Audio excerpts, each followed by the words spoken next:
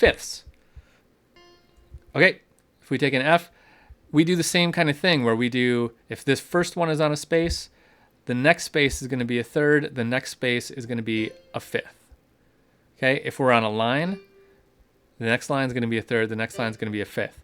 If it's on a space and then 2 spaces higher, it's also on a space, you are looking at a fifth. If it's on a line and then 2 lines higher, you're looking at a fifth. So these are all fifths.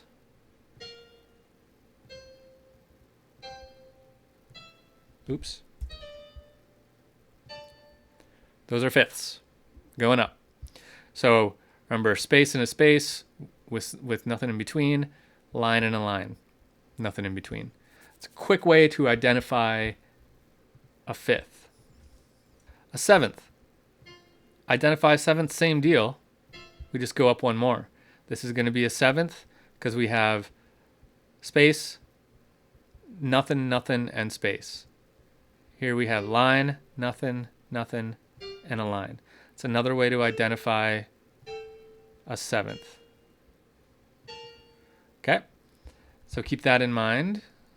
Now, for seconds, fourths, sixths, and octaves, it's always going to be the opposite of whatever the first note is. So if this one is on a line and you've got a note on a space, it's going to be either a second, fourth, sixth, or octave. So in this case, it's a second.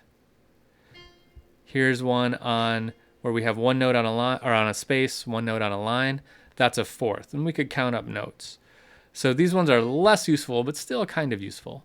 Here's a note on a line, or on a space. Here's a note on a line. That's a sixth. Here's a note on a line.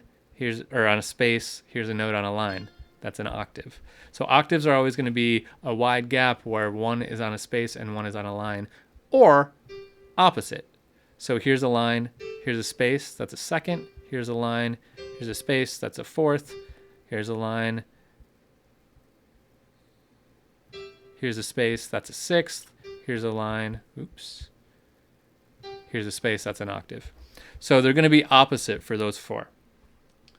And that's it. So I just wanted to point those out. Quick visual ways to identify some of the intervals that we're going to be working with. Now, we have not talked yet about big intervals. We've only talked about intervals within an octave, but intervals can be bigger. That's an interval. So let's talk about those in the next video.